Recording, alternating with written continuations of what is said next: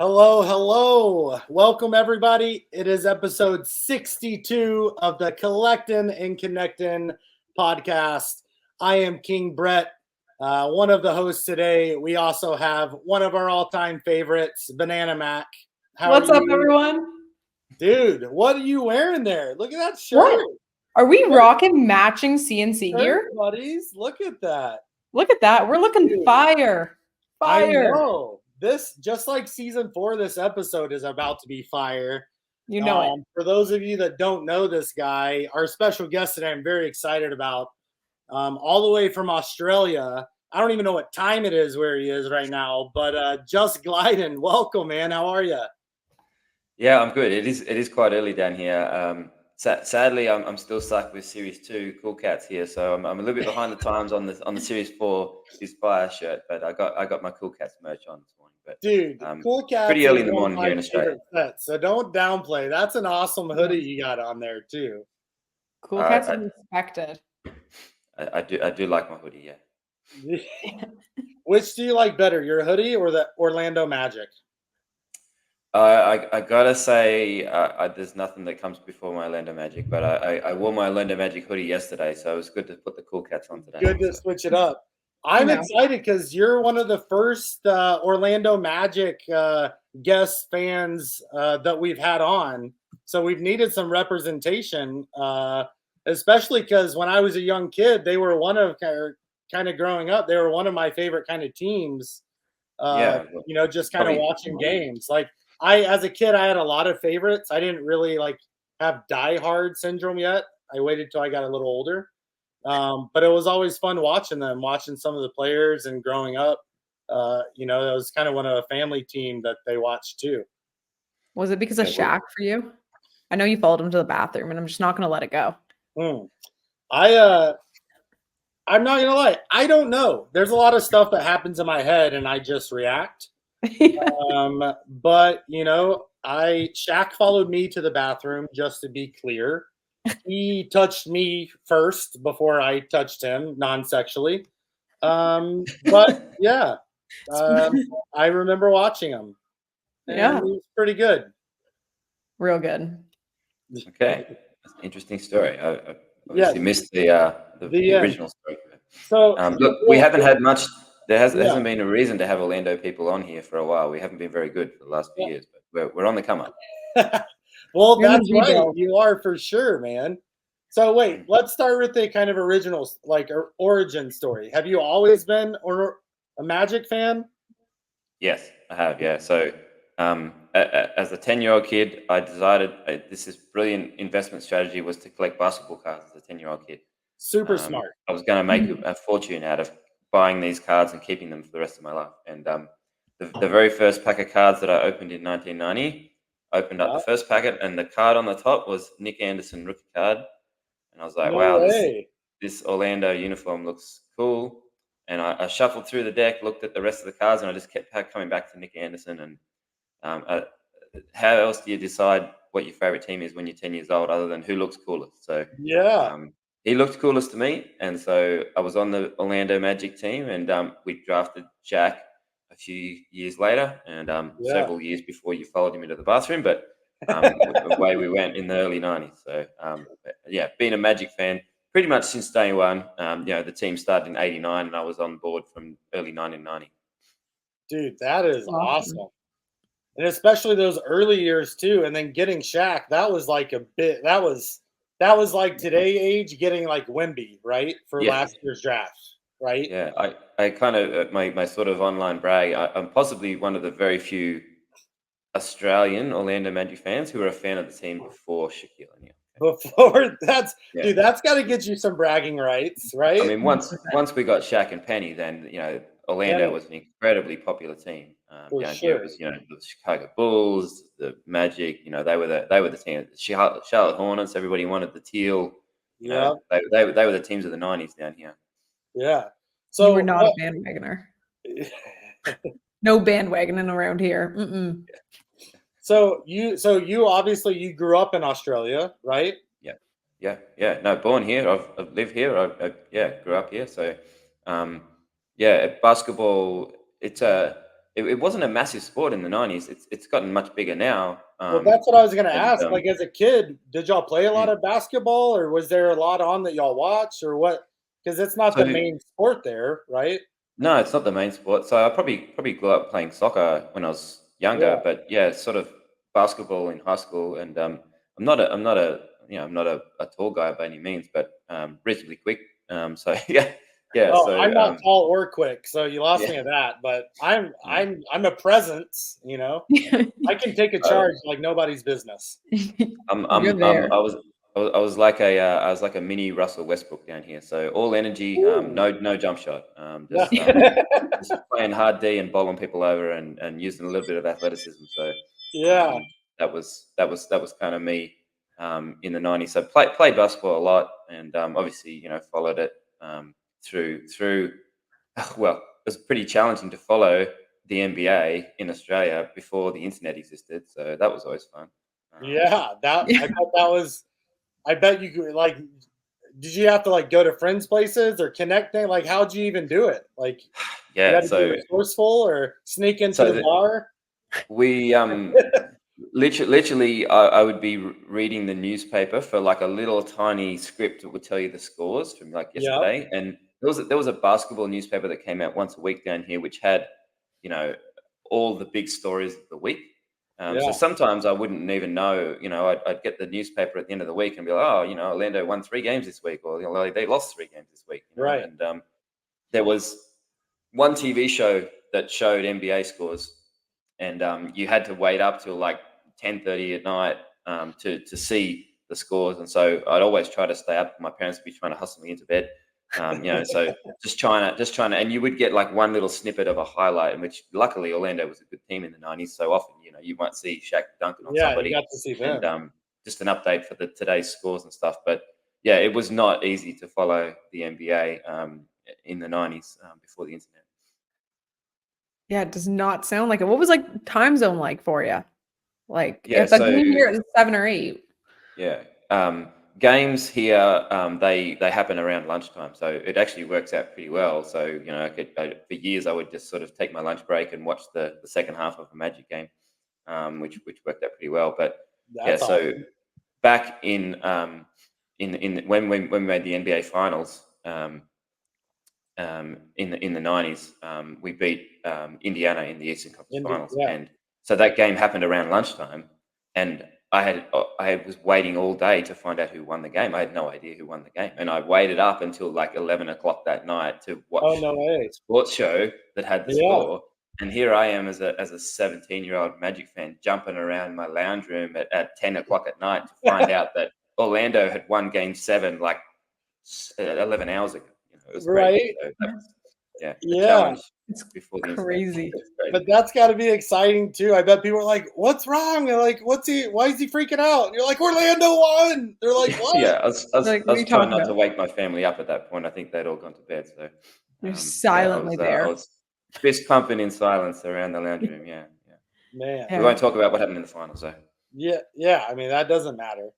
It's just like the conference championship this year. The Mavs won, so that's all that matters. Did they?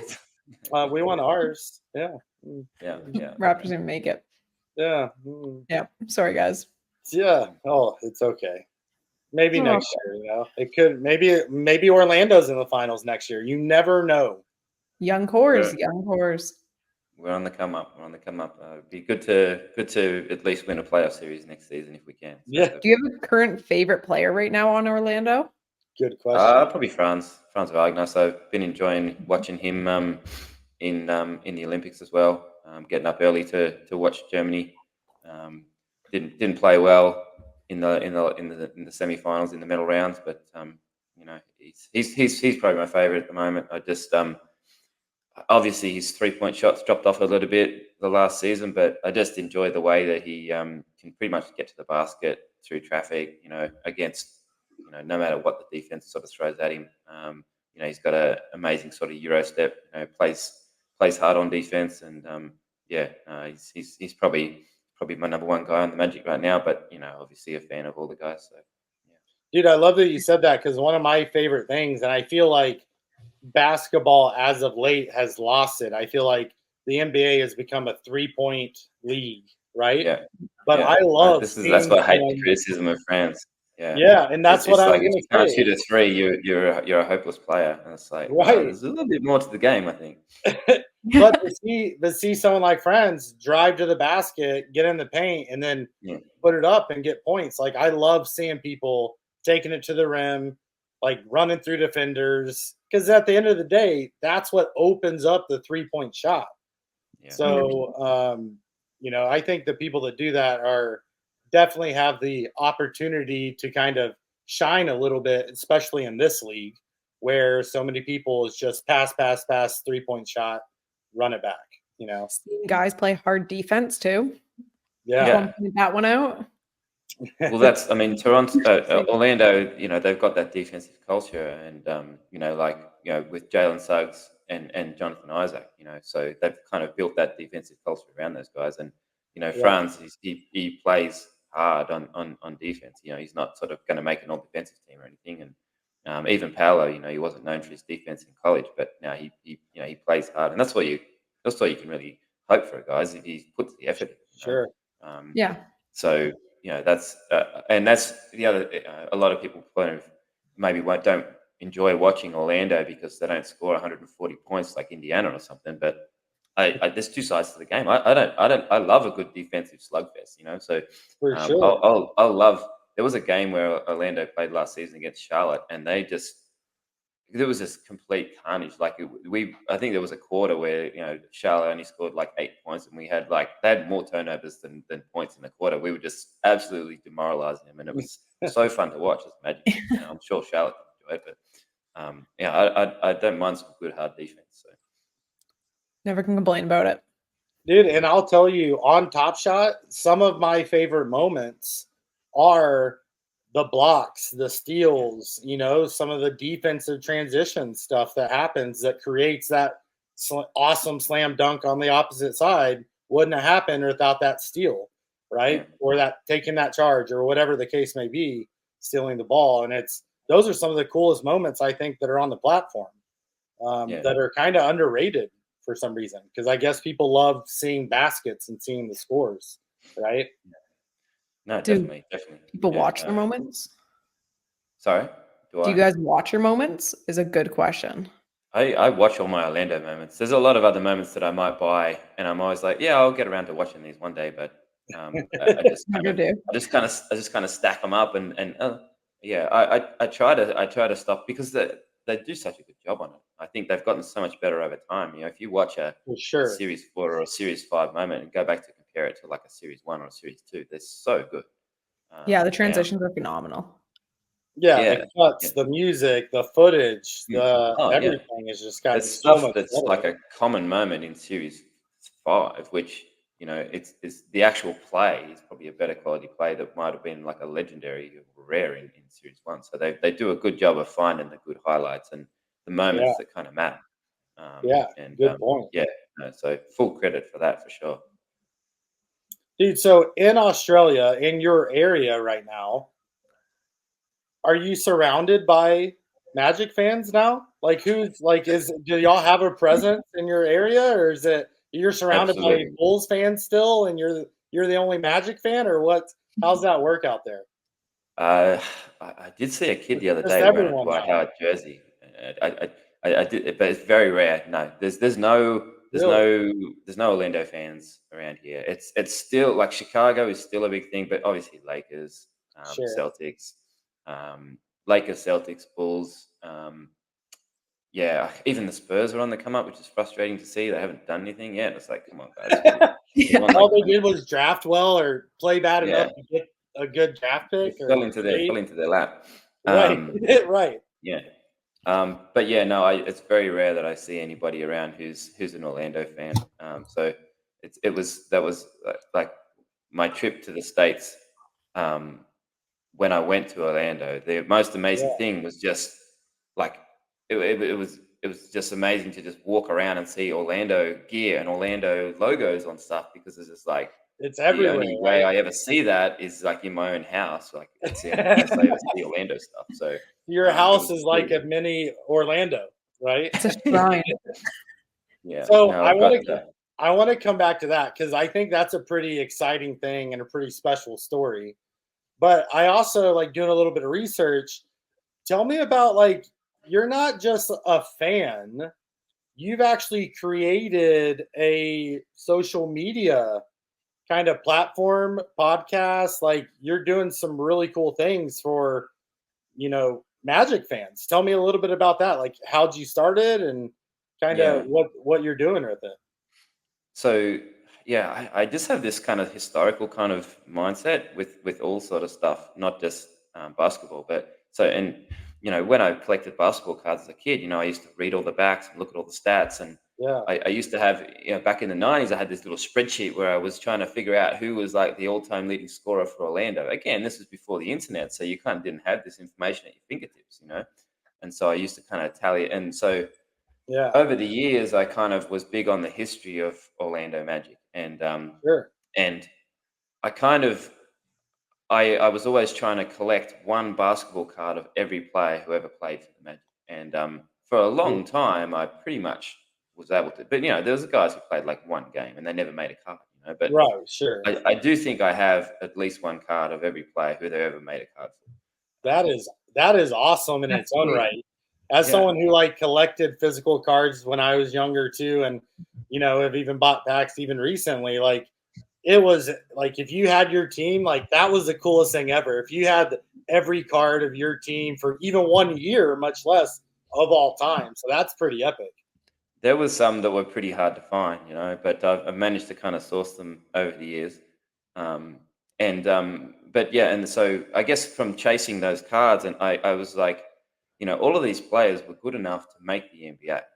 They may not have been, a Kobe Bryant or a Shaquille O'Neal, but they were still a Sure. damn good player. And I always Yeah. felt like these players deserved to be remembered and respected. And so I started the Magic Play history page with the intention of making one YouTube video about every player who ever played for the Magic. And I started with that first team, the 1989 team, and I made a video from each one.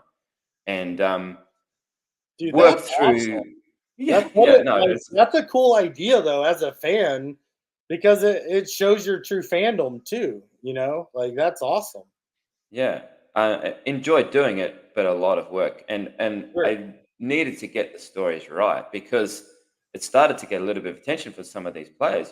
So Geert Hammick was a player who he played like 8 games for Orlando over the course of 3 years. Yeah. And the reasons why he didn't play many games, there was some reports about why, and so I kind of just went with those reports and put it into the YouTube video. And he actually commented on the YouTube video, and he's like, well, he's basically tore my video to shreds, saying this is wrong, and there's misinformation in here. And I was like, oh wow, this guy's actually cares about his career and how it's actually portrayed out there. So. But so there's a lot of work to dig into the info to make sure it was correct. Sure. And through that research and stuff, I actually started to get a little bit of interaction with some of those former players. And probably number one on that list is coach of your favorite team or assistant coach, Daryl Armstrong, who is a guy that I actually have a little bit of a relationship with now through that page. And some other guys who. Wow, that's Even freaking crazy. You can't just skip Amazing. over that. That's pretty freaking cool. You're dude. really downplaying it. Well, I know it's like, yeah, it's whatever. Whatever. It's Just my friend. just a normal guy. Like Yeah, it's that's awesome. it's hard for me to even imagine, and even Sure. somebody like the guy that made me an Orlando Magic fan, Nick Anderson, Yeah. when I went to my first Orlando Magic game in Orlando, I got to meet Nick and I got to tell him that story. And so, That's because he's a guy who I had interacted with a few times through the page, Sure. and he, he enjoys the fact that I'm trying to give his career a little bit of shine. Yeah. And I took a traditional Australian boomerang and I gave it to Nick, and No way. got to get a photo with him and tell him the story of opening that set of basketball cards when I was 10 years old. So That is your 10-year-old you living That the is- dream. full Circle. full circle. That is epic, dude. Yeah. So yeah, no, there's been a lot of good stuff that's come out of it. I've kind of backed off the YouTube stuff it's been a while actually with the YouTube stuff because I guess when TopShot kind of took over things a bit, I put a bit more time into TopShot and a bit less time into making the videos. I do intend to get back to it, but I've got a lot of stuff going on, offline at the moment and stuff. So I've just put more time into the Instagram and the X page, Twitter X page for, and it's a lot more just sort of statistical based, keeping people updated with how fast Paolo is climbing up the all-time lists and all that kind of stuff. And again, just given like when a player leaves the team, so we just had the off season we bring in KCP and a few players have left, and just basically just thanking them for what they did for the team during their time there, kind of thing. Dude, that's so awesome. It's important. Like, yeah. And because like you asked earlier, like, do you watch your moments? It's like, even if you don't watch every moment from every other team that you collect, your team, I guarantee you, like most people do, right? But to collect from like the physical card to the moments, to then, like, let's talk about your journey, right? Because you'd always watch them grown up a fan. So like the most epic thing ever, I can only imagine, the kid growing up in Australia is to now be an adult and have the chance to like go over to the Americas and see your team play at home, right? And that was iRacer. I know you kind of tell us what happened. I know he kind of connected, and the Paxton Pinstripe, he's a Paxton Pinstripes, one of the captains, and he kind of helped organize like getting you here to America and getting you to the game. Like, walk us through that whole journey. Like, So I guess when the team communities became a thing, obviously I was a pretty big part of the Orlando Magic team community, and iRacer was one of the captains. And so we got to know each other pretty well, and he followed the page and the Magic player history stuff that I was doing, and so he knew that there was this absolutely massive Orlando Magic fan who was living on the other side of the planet who had never been able to get to the game. And he would just kind of tell me, "We're going to make this happen. We're going to get you to your first Orlando game." And I was just like, "Yeah, sure, man, whatever." It's like, oh, whatever. Yeah, man, be great. Like, it never happened. Didn't think it. I just thought it was just lip service kind of thing. But so I do have enough Orlando. I do have enough TopShot moments that I am part of the Dapper sort of VIP sort of group as well. And so the guys who, it's a bit different now, but the guys who used to sort of run that group, I got it. I remember reading an email at like the middle of the night, basically just saying that they're looking at expanding what they do for the group, and one of that iRacer has basically brought my story to their attention, and that they wanted to bring me across for a game. And I think I read that email at like 3 o'clock in the morning, because as an Australian, all the drops used to happen in the middle of the night, and I was always Bro, waking up. I didn't even think about that. I just thought about how hard it was to have a drop here and get in queue and like wait in line. Like, you had to be setting like 10 alarms, and like it had to be crazy. Yeah, no, it was nuts to get a pack and stuff in the height of TopShot. So I read that email at like 3 a.m. and I wrote back, and I was like, I was just clarifying, like, are you saying that you're going to pay for me to come across? Are we? And they wrote back and they said correctly? Yes. Yeah. And like, I literally broke down in tears, when they confirmed that that's what they wanted to do. And I was just I can't even believe this is happening right now. So I have so much to thank, iRacer for. And, so the trip, obviously there's a story with how the trip happened, and it was a bit of an ordeal and an epic to get to Orlando. But when I got there, I got to meet iRacer, I was just like, mate, I'm coming in for the hug. I don't even care, because I love it, man. That's my style too. Just the amount of time that I'd waited to see my first Orlando game, and he's the man who made it happen, pretty much. Yeah, that's unforgettable right there. Yeah, that's so epic. And then tell us, like, did he go to the game with you? Did you go to the game solo? Who were they playing? Like, tell us a little bit. Like, the whole thing had to be surreal, right? Because you're there and you're like, man, I'm finally here.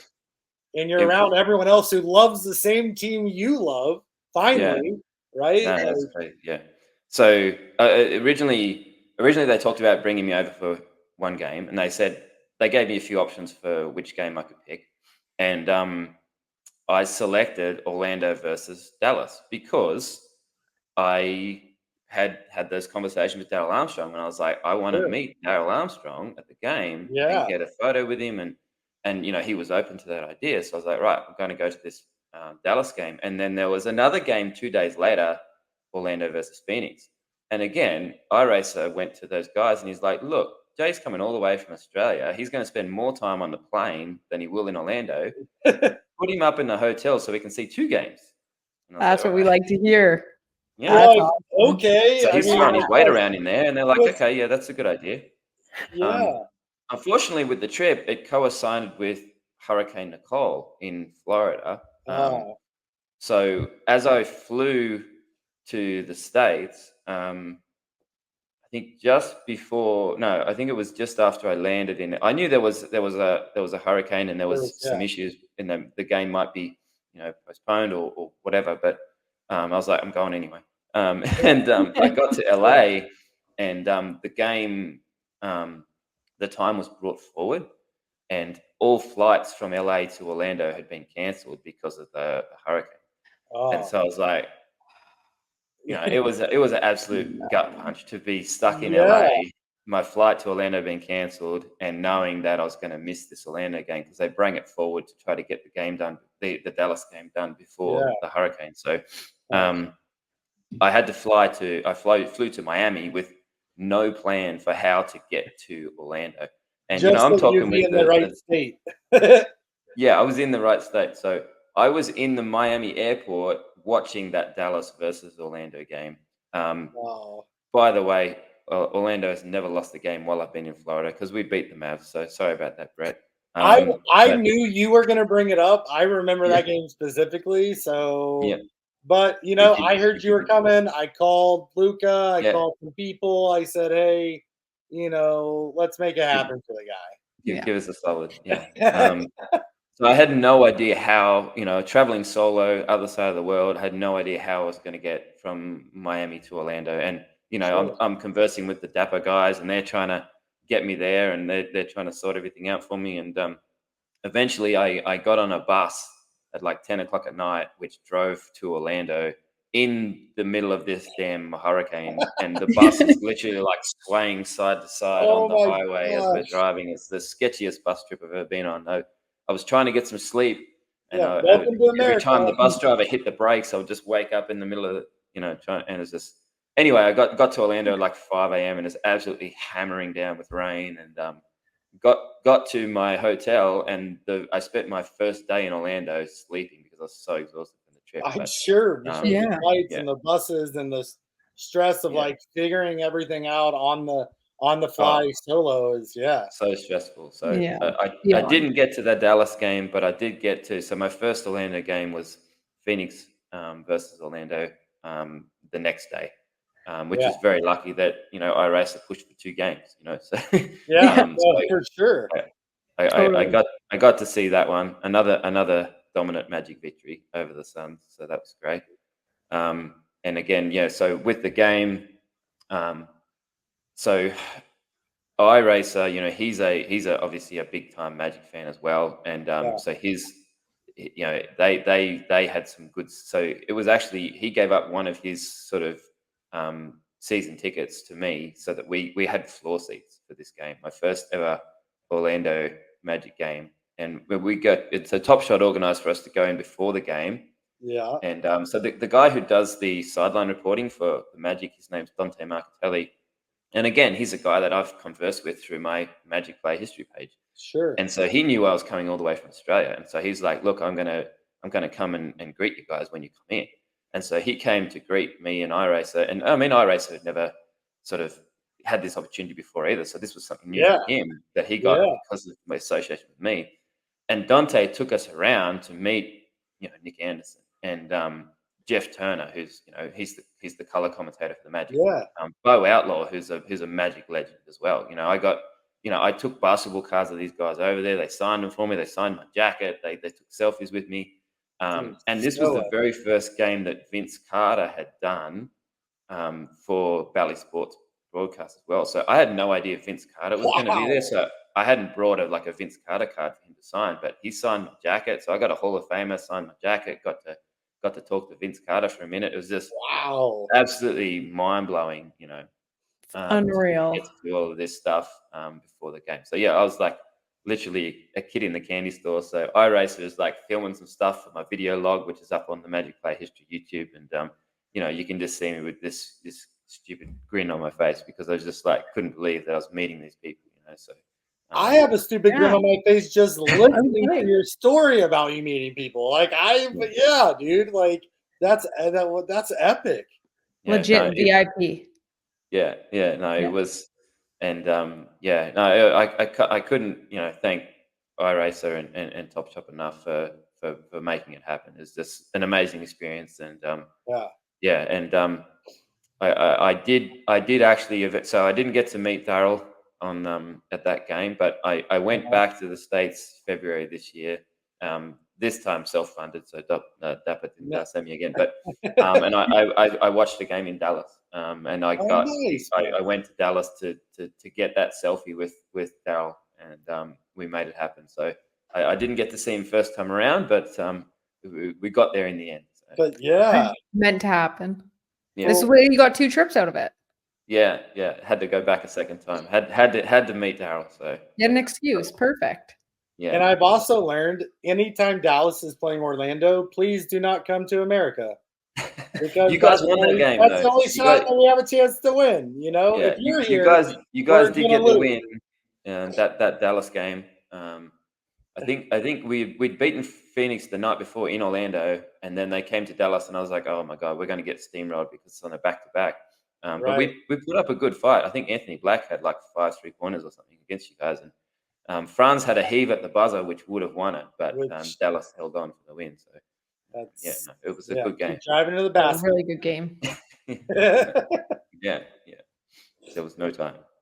Dude, and what a cool experience to like come and be a part of all that. But then at the same time, because of your fandom starting at such an early age, like developing the relationships that you did, got to like reintroduce iRacer to people that like now he's it's like such a cool cross collaboration of collecting and connecting at its finest. Yeah. Is that what you're gonna say, Mac? I was gonna say something because I had to. Anytime I have the opportunity to say Collectin and Connectin, I just want to spit it out. Say it 3 times fast, 3 ball appears. Try it out. No, I prefer not to. No, it was amazing, and so iRacer, he got a little bit out of it as well, not just giving, but he's amazing guy. I can't thank him for making that whole thing happen.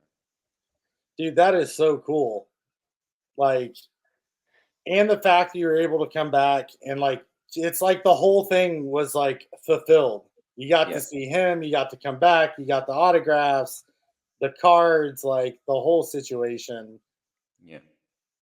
Man. Life goal. Yeah. Like honestly, that's like a dream come true.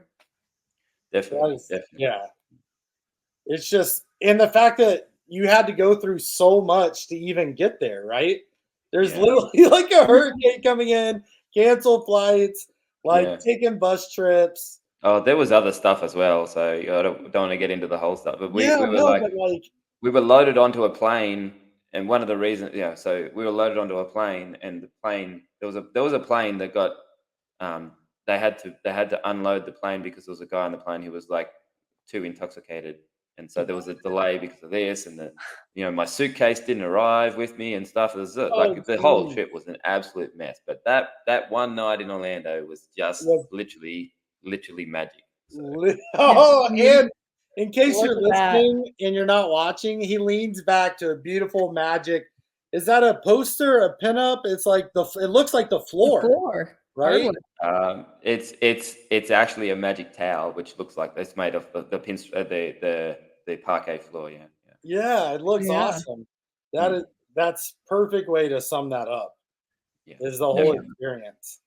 And again, like it's kind of interesting to think about. Like we just started collecting these things called moments and this random NFT thing, and then I guarantee you never thought when you started collecting that it would lead to that night, right? Never. And you know, I never kind of shouted it from the rooftops because you know, I always was worried that, you know, everyone would be like, well, why did this guy get this thing? You know, why was he chosen to get this chip? And you know, I guess I mean, I just kind of lean on the fact that I've just, you know, been this massive fan, and I've done a lot for the Orlando Magic fan community, I guess. And but yeah, Dapper, they had intention of doing this for, and I think they have done it for Yeah. other people. And again, they've just kind of kept it quiet. And I think there's been more people that they have done this kind of stuff for than people realize. Yeah. But there was also the trip, as I said, it was kind of a disaster, so it might have turned them off as well. Right. Yeah. Yeah. But at the end of the day, it doesn't matter. I could win the lottery, and every person would be like, why did he win the lot? Like, at this point in my life, I've learned to like, I embrace and love and learned to live through other people's excitement, especially for things that I haven't been able to do. It's like as soon as you said you sat on the floor, my eyes were like, "Oh my gosh!" Like because of all the stuff I've done, I've been blessed my whole life. I've never had like floor seats, sitting there, like talking to a player. Like, I mean, it's just that's a whole different way to see a game, and it's just the culmination of all of it. And if anyone has an issue, you come to me because I guarantee you can't name every single Orlando Magic player since inception, and you don't have all their cards, and you don't have them signed. You also So I'm just don't live in the country. you're literally representing the Magic in Australia. They give up tickets for most of the teams on like at least a monthly basis, depending on what market you're in. And I have the opportunity that if they have a week's notice, I can go to the game. You don't have that same opportunity. And I think we should lay that out there. That like travel worldwide is big. Just a little international. Took me 34 years to get there that first game. So hey, but how sweet it was. Right? Oh, amazing. Yeah. Or sorry, absolutely. How magic it was. As you Definitely. Yeah. And then you get all that stuff's over, and then you get to watch some of your favorite players playing in the Olympics. That's that just wrapped up. You know, I know we touched a little bit about it earlier, but you know, gold medals for men's, women's. Were you kind of in? Did you follow the Olympics basketball at all, or really just Franz? That's all you care about? No, obviously Australia. I've been watching the Opals and the Boomers. So with the Australian women team, the Opals, they got the bronze medal. I was going to say didn't play well against a run too. They had a good shot to make it to the finals, I thought. Well, we came up they played bad their first game against Nigeria, and that basically set them up to a semi-final match against USA, which they were, you know, they just played badly against USA. They kind of got steamrolled there, so that put them in the bronze medal game. But at least they got the bronze. The men's team, of course, so Fever Paddy Mills is always a thing. He's getting a little bit old now, but he went crazy against Serbia in the quarters, and he got us into overtime against Serbia.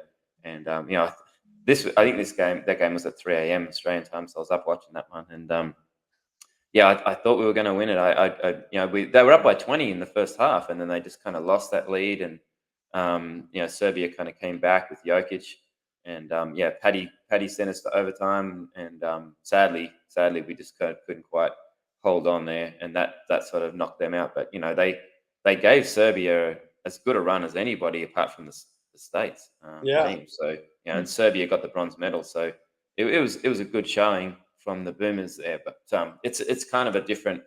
The team is in a bit of a transition phase. You know, it's been Paddy Mills' team, Joe Ingles' team. You know, Matty Dellavedova, it's been their team for the last few years, and now it's kind of transitioning into, you know, I think by the next Olympics it's going to be sort of, you know, Josh Giddey and you know, Dyson Daniels, you know, those kind of younger. Pretty exciting for you too to have some of those young guys, some new blood, and some up and coming. You know, because I've seen some of the reports, like some of those guys are like, I don't care that it's Team USA, like we're gonna take it to it, like we can beat them, you know, like. It's any night, any player step on the court, anything can happen. They actually play a lot like Orlando, so they've got a whole bunch of good defenders that can't shoot. So we've got Josh Green, of course. Yeah, so you're we've got, used to it. I mean, yeah, we've got a couple of Mavs on the Aussie team. So yeah, they Yeah. play a similar style to the Magic. So Yeah. I enjoy watching the Aussie team play. FIBA basketball is obviously a little bit different. So Giddey actually shot pretty well at the Olympics, but the line's a little bit closer, the court's a little bit smaller. But Yeah, it's a little different, but still. yeah, so it'd be interesting to see how he goes with the Bulls this season. But I definitely followed the whole sort of Olympics. I watched every Boomers game. I watched every Team USA game apart from I think the South Sudan game was on at like 3 a.m. and I was just like, I just can't. I need some sleep tonight. So Yeah. I caught the highlights of that because I assumed they were going to steamroll them by 20. So I might have skipped one or two there, but for the most part, yeah, I watched most of those games, and I think I watched all the quarters, which is a big night because there's like 4 games. The first game started at like 6 p.m. and the last game was at 6 a.m. So I pretty much pulled an all-nighter to watch all 4 quarterfinals with Greece and Canada and all those teams in there, just because I'm a big NBA fan. Full stop. That is dedication right there. It was a big night. Yeah. It's like trying to sleep during the day because you know you're going to be up watching basketball. There was definitely, so luckily I'm self-employed these days. So there was definitely days where, and so I was watching the athletics as well is a big thing for me. So, and all the good stuff was between 3 a.m. and 6 a.m. So there was definitely a lot of mornings where at 6 a.m. I went back to sleep for a few hours. Otherwise I'd just be a walking zombie for the rest of the day. So yeah, Try to recoup take a little cat nap as your cool cat. Definitely. Yeah. Much needed. Yes, it was.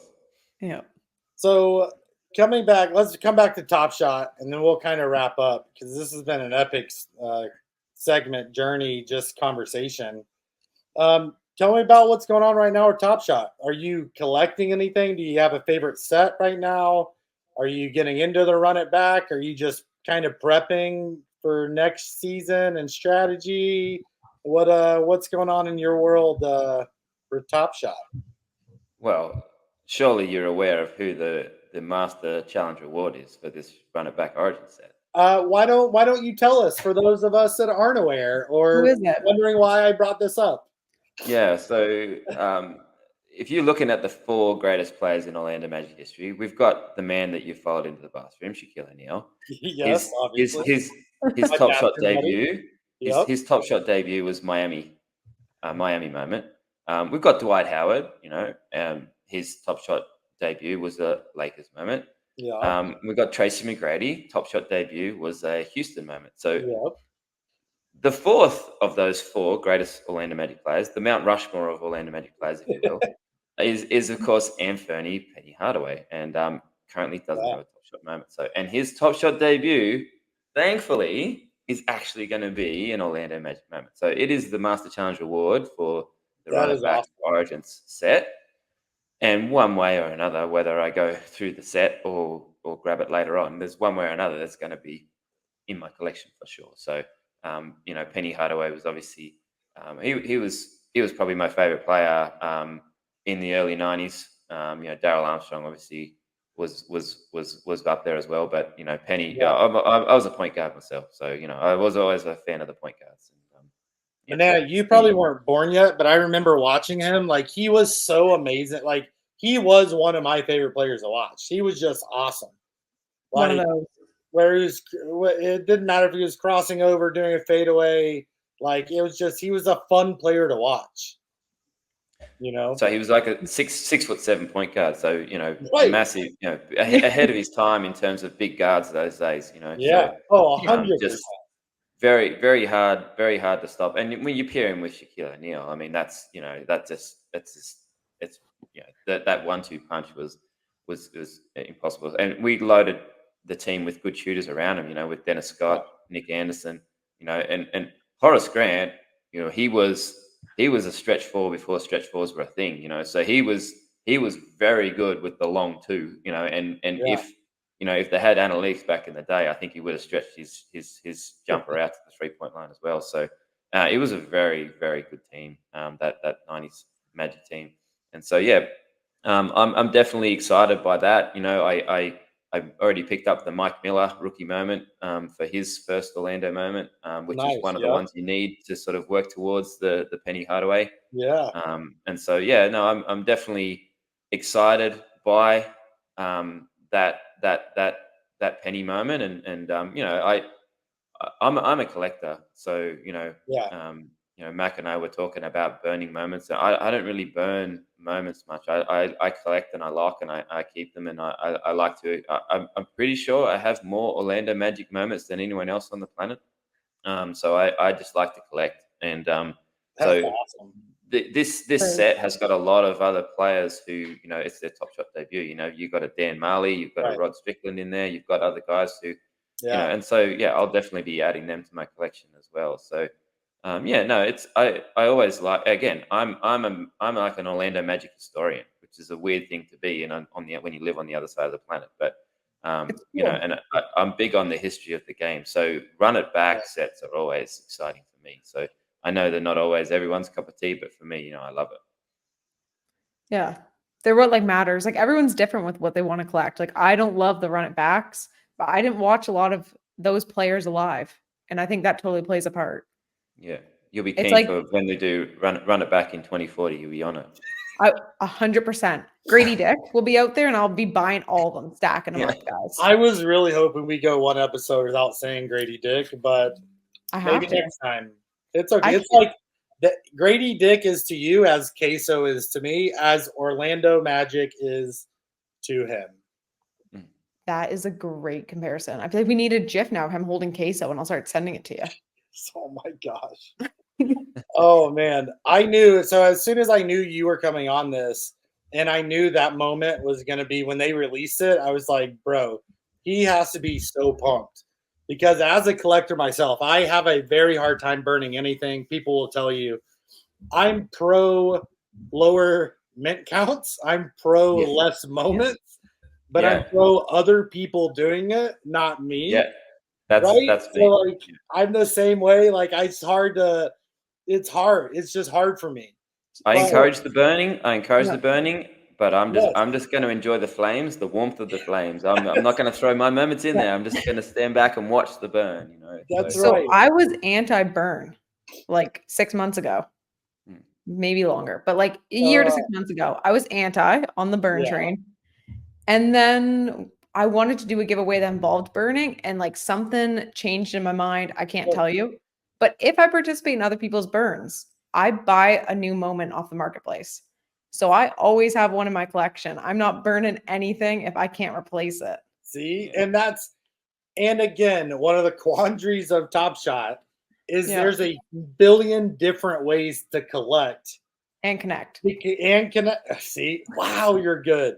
Because for me, I'm like, man, I got 6 of them, and I don't want to give them up, but I also don't want to buy another one because I already have 6.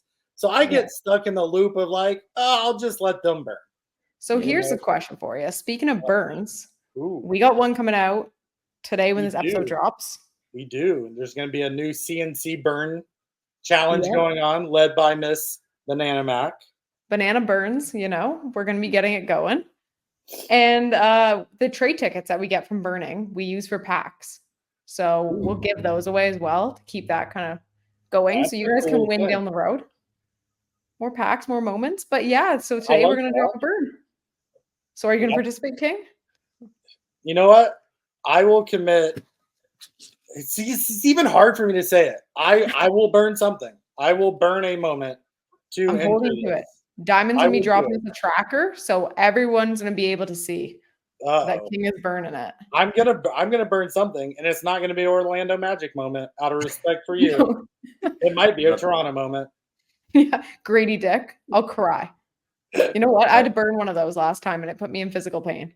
Yeah. Look, if I had to burn moments to get the Penny Hardaway reward, I'd do it, but I wouldn't be happy about it. So I have burned stuff to get challenge awards and stuff over the time, but I try to avoid it if I can. I just lock them up. So they're as good as burnt. If there's an Orlando Magic moment in my collection, it's as good as burnt. So if anybody if you don't want to send it, send it to the trade ticket machine. Just send it my way. I'll give it a good home. Yeah. Well, see, and that's the thing. It's like if you came out with my all-time, like one of my all-time favorite players from my all-time favorite team, and it's one of those moments that may be out of reach for me, like it's hard. Like, what do you do? I'd probably burn a lot of stuff. I'd move a lot of stuff around to obtain that holy grail moment. Because I feel Yeah. like so many times they do a run it back, and it's like I'm not excited about that specific, kind of like what you said, because I didn't care for that player. I wasn't a big fan of that team or whatever. But when Mm, it's your team and it's your guy, it's like, what do? You got to figure it yeah. out because it's going to Well, be in yeah, my like collection, right? Yep. I may Especially the not bottles. necessarily want like all of the players that you need to get Penny, but I'm Right. really glad that he's the expert challenge reward because it's going to mean that it's a scarce moment, and that's Yeah, what that's what he deserves to have as his top shot debut. You know, I didn't want it to 100% be agree. a 60K common. You know, so Yeah, Yeah, no, that's given the man the respect he deserves. So I that's a good way to look at it. that is a great way, and I feel like a great kind of final point that I think there's players over the era of NBA that deserve lower mint counts, that deserve those special attentions, that deserve stuff. And I think he's one of them. And I'm glad that he is too. And I don't think anyone Mm. wants to see 60,000 mint counts again until like Top Shots to the moon again. People are freaking out. Millions are joining. It's synonymous with NBA, the word Top Shot. Maybe we bring it back then. But yeah, it'll be interesting to see how low that mint count is Mhm. yeah, and how you go about obtaining that. I'm going to be rooting for you the whole way. So, keep us updated on that. yeah. We expect to see a Um, tweet. Yeah. No, I'll definitely keep you guys updated on it. So obviously, the jersey cereal and the number one cereal are the same thing with Penny. So that's going to be the big one, isn't it? So I Yeah, hope you pull it. yeah, I dude, hope yeah.